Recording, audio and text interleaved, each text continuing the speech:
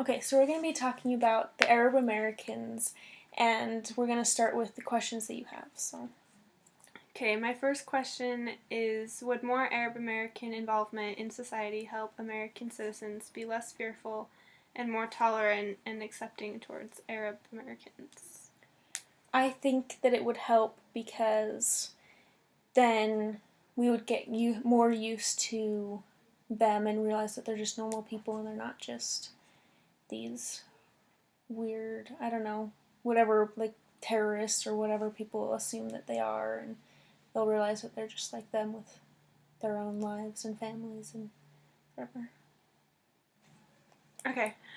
My next question is: do you have any ideas on ways we can look beyond stereotypes and generalizations to see Arab Americans in a new light? I phrased it weird. Um, I think a lot of it has to do with just like educating ourselves, I guess, about who they are and like, I mean, you kind of have to, like, it's gonna be impossible to not like have that thought like ever. Like, there's always gonna be people that are like, oh, they're a terrorist or whatever, but generally I think it would help to just, for one, get to know them on a personal level so that you realize they are just people, and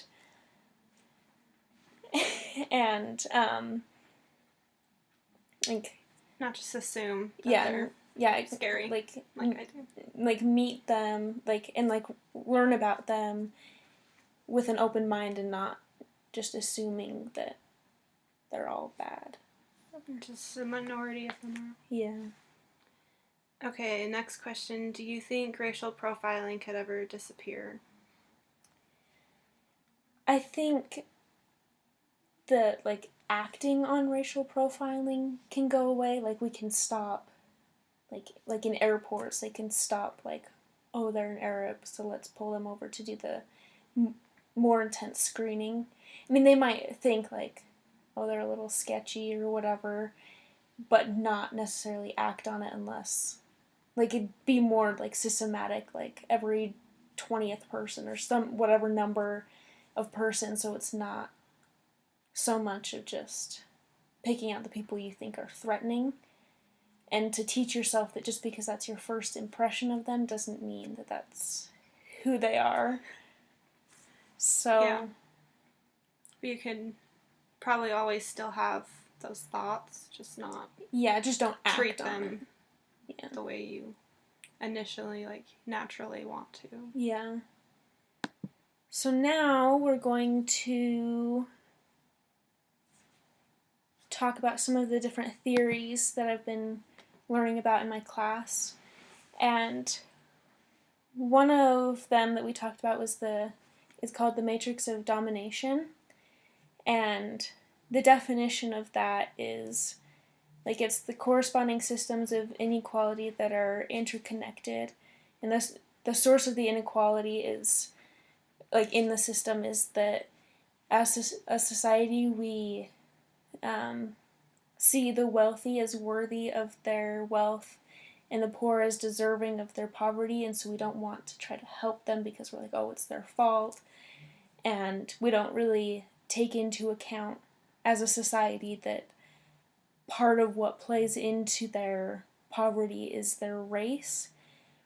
And so a lot of the time they end up in housing conditions that aren't necessarily the best because their jobs aren't as good as they could be if they were being treated fairly, and so then their schools aren't as good, which means then they're not being educated to their highest ability, and then it's just kind of a vicious cycle. And it goes with most, like all of minority groups. And from things that I've seen, it's kind of, this part was kind of hard to find on Arab Americans because, like, some of the sites were like, oh, they're wealthier than whites, but it's hard to know if that was just like the site that I was looking at trying to make it seem like they're not struggling. It's hard to know. And then, let's see. Okay, so with social constructionism, there's like 3 different steps that go along with it. And the first step is externalization, and that means creation of a culture product through a process of human social interaction. So, like, what happens is, like, one person will do something, and then, like, that'll kind of, like, make people think that that's, like, all of them. Like, so for, like, 9/11, for example, that happened, and then everybody just assumed that all Arab Americans are terrorists. And then objectification is the second one, and which is cultural product grows, expands, adapts, and takes on a life of its own. And so, like, first it can start with like a small group of people that feel that way, and then, like, as time goes on, they like talk to other people and kind of get other people to agree with them, and then soon it's like the whole country assumes that if you're Arab, even a tiny bit Arab, you're a terrorist. And then internalization is the third step, and that's individual accept and act in accordance with cultural product. So this is where like stereotyping and racial profiling come into play, because then you're like, oh well, it must be true because that's what society says, and you kind of like, it becomes like your belief, like, and so like and then you see like evidence of it because like That's all you see, so that's all you know. yeah, and you just like keep thinking it, and you just goes on and on. And so then let's talk about the obstacles. There's a few obstacles that Arab Americans struggle with for equality in American society, and from what I've seen, like in my research and stuff, it's a lot to do with the stereotyping of being terrorists, and there's a lot of stereotypes of them being like, what's the word? Not savages. Barbaric. And how they're just kind of like these people that have camels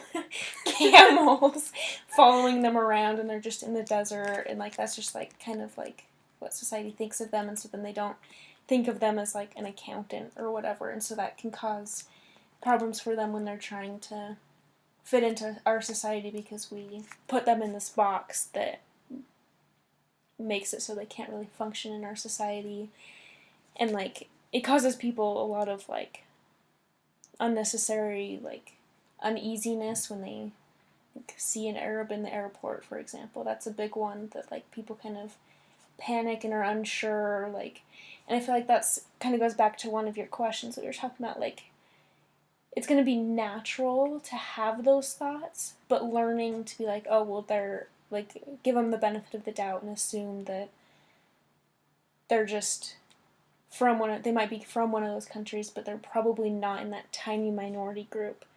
Yeah, even in that movie, I can't think of what it was called, with the airplane and the guy, he was getting texts from some number. Did you see that? I don't think so. Oh, well, he's getting these random texts from a number. He's a like an airplane officer guy to ensure safety on doing flights type of thing. And he was getting these random texts from a number saying that every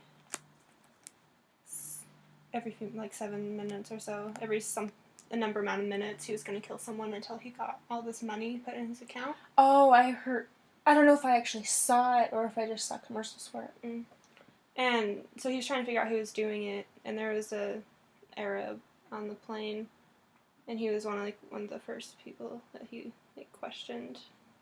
And there's other things that we've talked about in class about how like even within the group, like it's called colorism, they like even within like of the Arab Americans, the ones that are darker are, like, in films and stuff, are generally characterized as, like, the bad guys, and the lighter skinned ones are generalized as the good guys. Like, in Aladdin, Jafar is darker than Aladdin, right? is that the bad guy? Jafar? Yeah, the guy with the parrot. Yeah, I feel like he is darker, and, like, he's supposed to be, like, the bad guy, and Aladdin's the good are guy. Darker, even. Yeah, like, they associate darker with evil, and so then it kind of does the whole social constructionism again, because when you're 5 years old and you're watching Aladdin, you see Jafar's the bad guy and he's wearing all dark, and Aladdin's the good guy and his skin is lighter and his clothes are lighter and he's the good guy and we want him to win. And so we internalize that and make that, like, and so we always think, like, I mean, it's a lot of it's, like, not even on purpose, I don't think, especially in our society, like, yeah, like, you just assume, like the black sheep even is, like, the odd one out, the weird one, the one you don't want anything to do with, and, like, the white sheep and the light one is perfect and, like, the one you want, and so, like, that kind of thing happens a lot, and I think it's something that can be changed in a sense, just, like, with have to change the media. Yeah, like, just, like, teaching people that are, like, even just casting the crews, like, don't generalize, like, I mean, I feel like it's gonna seem like a kind of a silly example, but, like, in The Walking Dead, for example, I feel like they do a pretty good job of, like,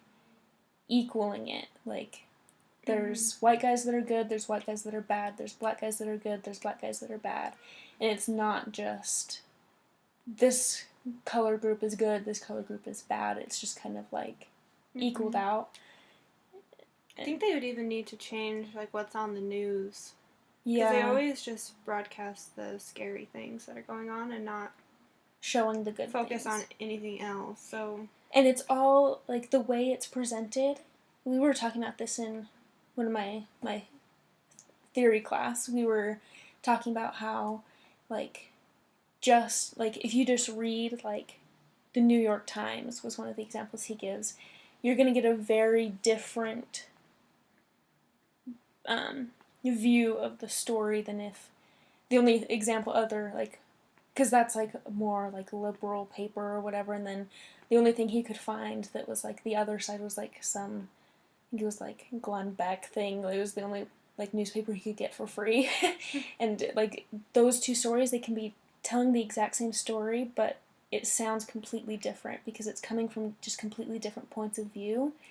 And so, and most people aren't gonna, like, try to find, like, this huge variety because it's easiest to just look at, like, like, I always just look at KSL because it's easy, it's local, it's just, like, the one I look at. And, like, sometimes, like, so when you're just getting that point of view, you don't always necessarily realize that it's an opinion that you're getting. You just think that that's the truth. And so when you hear about all these attacks in Iraq and they're focusing on how it's the Iraqis doing the attacking all the time and we're just, like, on the defense all the time, you just think, like, oh, we're the victims, but you don't realize that they have their reason for doing it. Like, it's not just, like, they're evil, you know, they have a reason.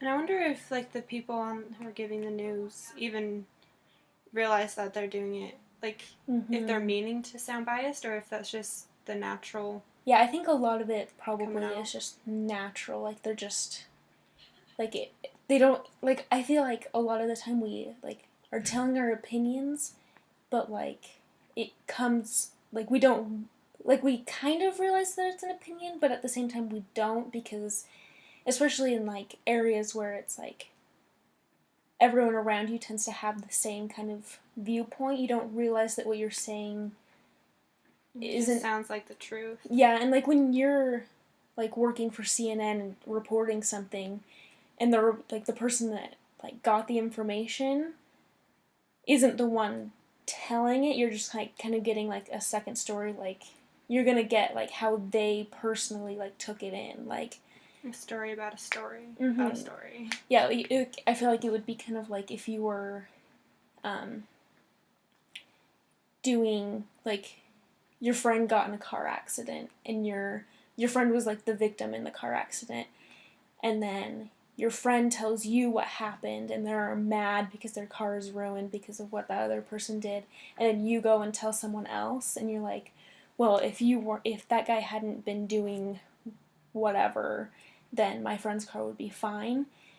But maybe, like, the person that did the accident, it was like, I don't know, maybe that was a bad example. I can't really, I forgot where I was going with that. Like, they saw it different. They didn't.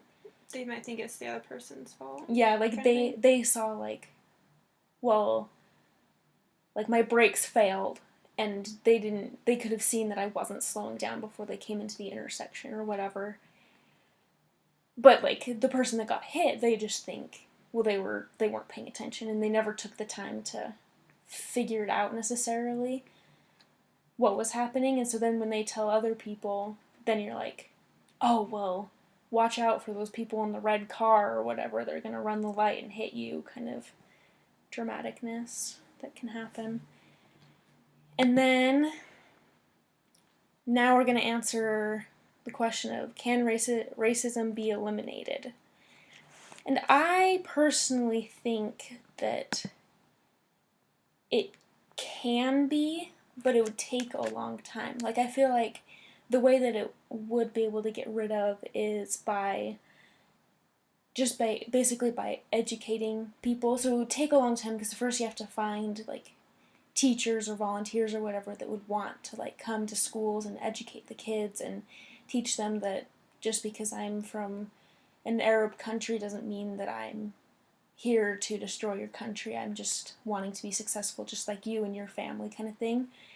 And we talked about in my group, when we met together, that I think you could even have it be like, have volunteers come, like, if you know some Arabs in, like, that are in, like, your neighborhood or something, I'm sure, like, they would be probably really willing to come and explain to a group of people, like, this is what, like, especially because, like, a lot of people generalize Muslims as the ones that are the terrorists, even though it's just, like, a tiny little group of Muslims that are, like, the extremists that are, like, did the terrorist attacks and whatever in 9/11, and, like, so, like, having them come to, like, either, like, a community center or, like, a school or both at different times, and have them come and, like, explain their beliefs and, like, all that kind of stuff, because I think that would help, because then you realize, oh, they're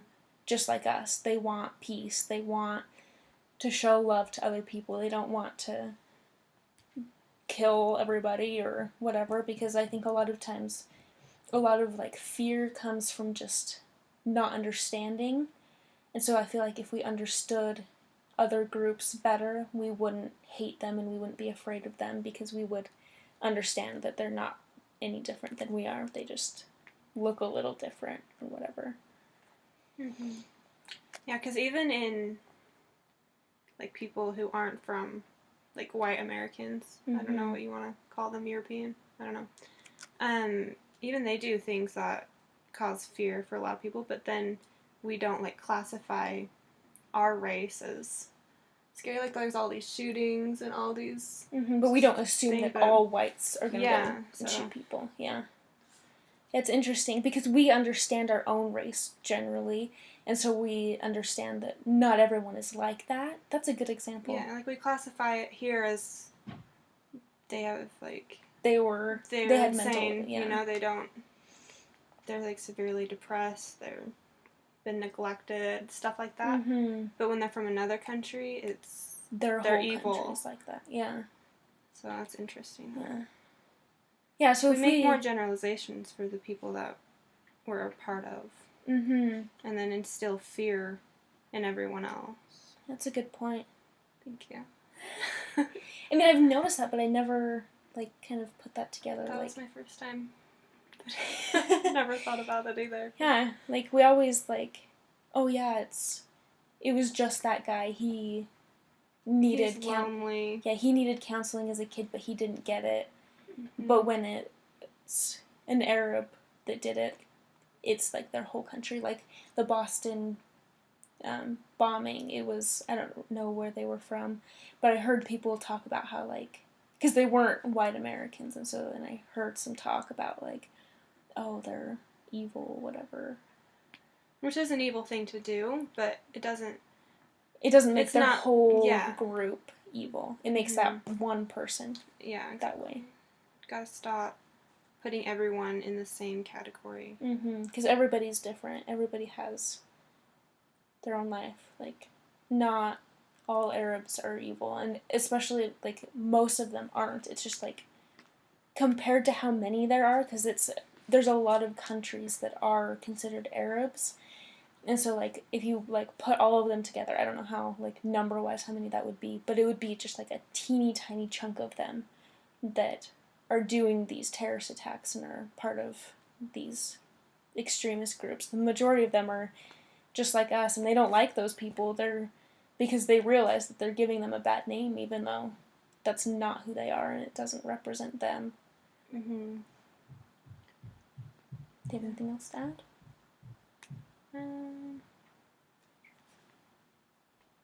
No.